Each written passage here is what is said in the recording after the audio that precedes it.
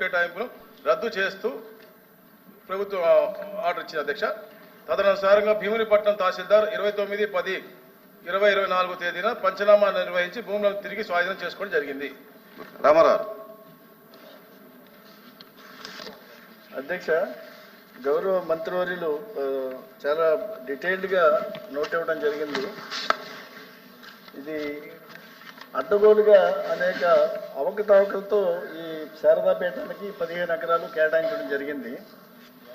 ఇది కూటమి ప్రభుత్వం వచ్చిన తర్వాత ఈ అవకతవకలన్నీ ప్రభుత్వం దృష్టికి వచ్చిన పిదప క్యాబినెట్లో దీన్ని అప్రూవ్ చేసి పై జీవో ఎంఎస్ నెంబర్ 237 ద్వారా దీన్ని క్యాన్సిల్ చేశారు. కాబట్టి దీనిలో ఫర్దర్ డిస్కషన్ అవసరం లేదని అనుకుంటున్నాను. కాకపోతే దీని సప్లిమెంటరీగా నేను 2 ప్రశ్నలు గౌరవ మంత్రి గారి ద్వారా మిమ్మల్ని అడుగుతున్నాను. ఒకటి ఏంటంటే, శారదాపేట ఎక్కడైతే చిన్నముషుడివాడలో ఉందో ఆ శారదాపేట కూడా చాలా వరకు ప్రభుత్వ భూమిని ఆక్యుపై చేసుకుని కట్టిన పీఠం అది.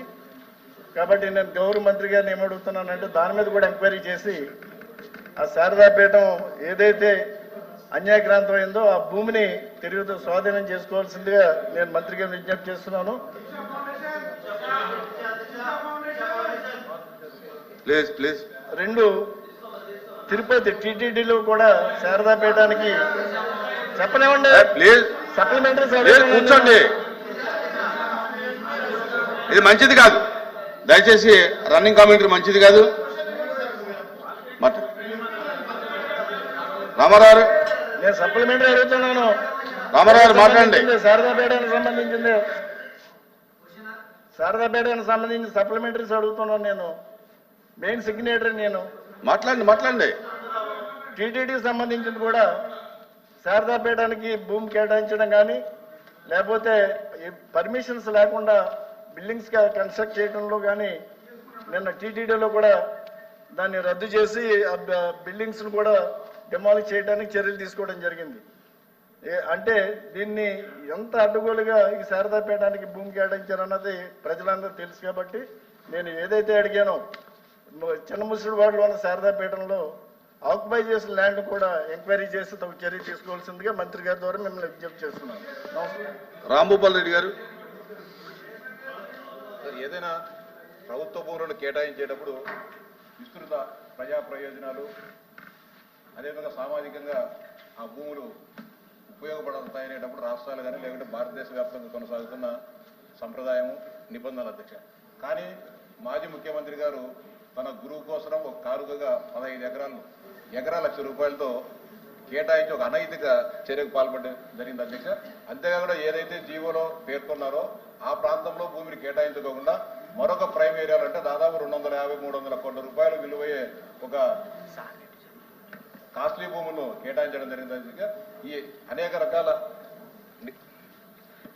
ఈ భూ కేటాయింపులో నిబంధనలు పూర్తిగా ఉల్లంఘించి ప్రజాధనాన్ని దోపిడీ చేయడం జరిగింది. దీనిపైన గౌరవ మంత్రి గారికి విజ్ఞప్తి చేస్తాను. ఈ అనైతిక చర్యకు, ఈ ప్రజాధనాన్ని దుర్వినియోగానికి పాల్పడిన వారిపై ఏమైనా చర్యలు తీసుకుంటున్నారా?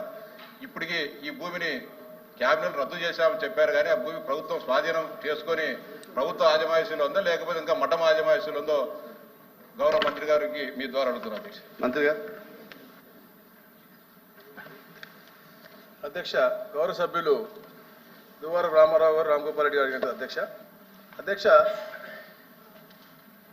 మనకి రాష్ట్రంలో భూమి అనేది అధ్యక్ష చాలా సెంటిమెంట్తో కూడినటువంటి అధ్యక్ష.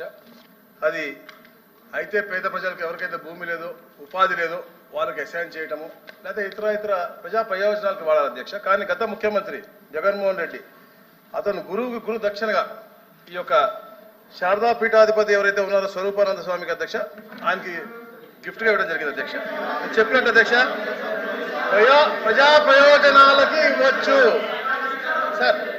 గత ప్రభుత్వాలు కూడా అధ్యక్ష సార్, గత ప్రభుత్వాలు కూడా ఎన్నో భూములు ఎంతో మందికి ఇచ్చారు అధ్యక్ష. దానికి నిదర్శనం హైదరాబాద్ అధ్యక్ష. చుట్టుపక్కల ఎన్నో కంపెనీలకు ఇచ్చారు కాబట్టి, ఎన్నో ప్రయోజన కార్యక్రమాలకు ఇచ్చారు కాబట్టి ఈ రోజు హైదరాబాద్ ముందడుగేసింది అధ్యక్ష. ఈ రోజు మనం వెనకడుగు కారణం ఏంటో కూడా చెప్తాం అధ్యక్ష. మళ్ళా పునర్నిర్మించుకుంటాం ఆంధ్రప్రదేశ్ అంటే వాళ్ళు చేసిన పాపం అధ్యక్ష. అవి గత 5 సంవత్సరాలు వాళ్ళు చేయడం పాప అధ్యక్ష. నేను క్లియర్గా చెప్పాను అధ్యక్ష, విశాఖపట్నం భూమినిపట్నం కొత్త వలస గ్రామంలో సర్వే నంబర్ 102 లోని 15 ఎకరాల భూమిని సాంస్కృతిక పాఠశాలకు ఇవ్వడం జరిగింది అధ్యక్ష. అయితే అప్పుడు కలెక్టర్ గారు 1,50,00,000 రూపాయలు ఎకరం అంటే, కానీ మార్కెట్ విలువ అధ్యక్ష దాదాపుగా 300 కోట్ల అధ్యక్ష. అంటే 300 కోట్లు విలువ చేసే భూమిని అన్యాయంగా కేవలం గురువు అని చెప్పేసి 15 లక్షల రూపాయలకి ఇవ్వడం అధ్యక్ష చాలా దారుణం అధ్యక్ష. అయితే అధ్యక్ష దీంట్లో కూడా అధ్యక్ష సమగ్ర నివేదికలు అధ్యక్ష BSA 24 మరియు GO 571 ప్రకారం అధ్యక్ష ప్రభుత్వ భూమిని అన్యాక్రాంతం చేసినప్పుడు అధ్యక్ష మార్కెట్ విలువ వసూలు చేయాలి. కలెక్టర్ ఎకరాకు మార్కెట్ విలువ 1.5 కోట్లు వసూలు చేయాలని ప్రతిపాదించారు. కానీ భూమిని ఎకరాకి ₹1,00,000 మాత్రమే కేటాయించారు. ఇది అత్యంత అక్రమంగా ఉంది. మరియు సంస్థకు మినహాయింపు పొందడానికి BSA 24 మరియు GO 571 లోని నిబంధనలు కూడా సడలించలేదు. రెండవ అధ్యక్ష విశాఖపట్నం జిల్లా భీమునిపట్నం మండలం కొత్త వలస గ్రామంలో సర్వే నంబర్ 102/2లో గల 15 ఎకరముల భూములు సర్వే నంబర్ 102/2 ఏలో కలిగిన 7.70 సెంట్లు సర్వే నంబర్ 103లో